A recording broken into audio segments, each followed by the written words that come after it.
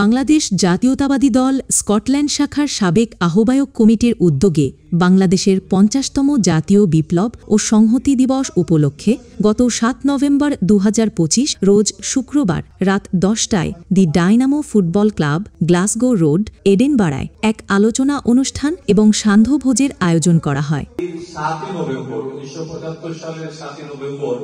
এটাকে আমরা বলি জাতীয় বিপ্লব এবং সংহতি দিবস, যেটা আপনার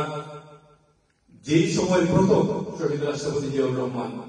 ক্ষমতার কেন্দ্রবিন্দুতে আছেন এবং বাংলাদেশের দায়িত্ব গ্রহণ করেন প্রথম জিয়াউর রহমান।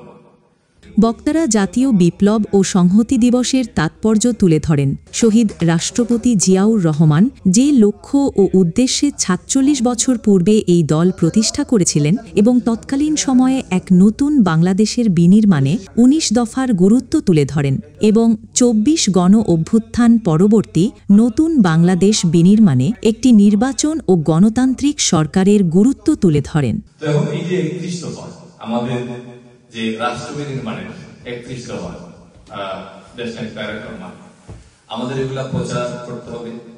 মানুষের, এটা বাংলাদেশে করতেছে। আমাদের এখানে যদি সুযোগ নেই, আমরা অন্যভাবে আমাদের পরিবার পরিজন যারা আছে, আমরা তো এখান থেকে অনেকেই তাদেরকে সাহায্য সহযোগিতা করি, বিশেষ করে অনেক মানুষই আমাদের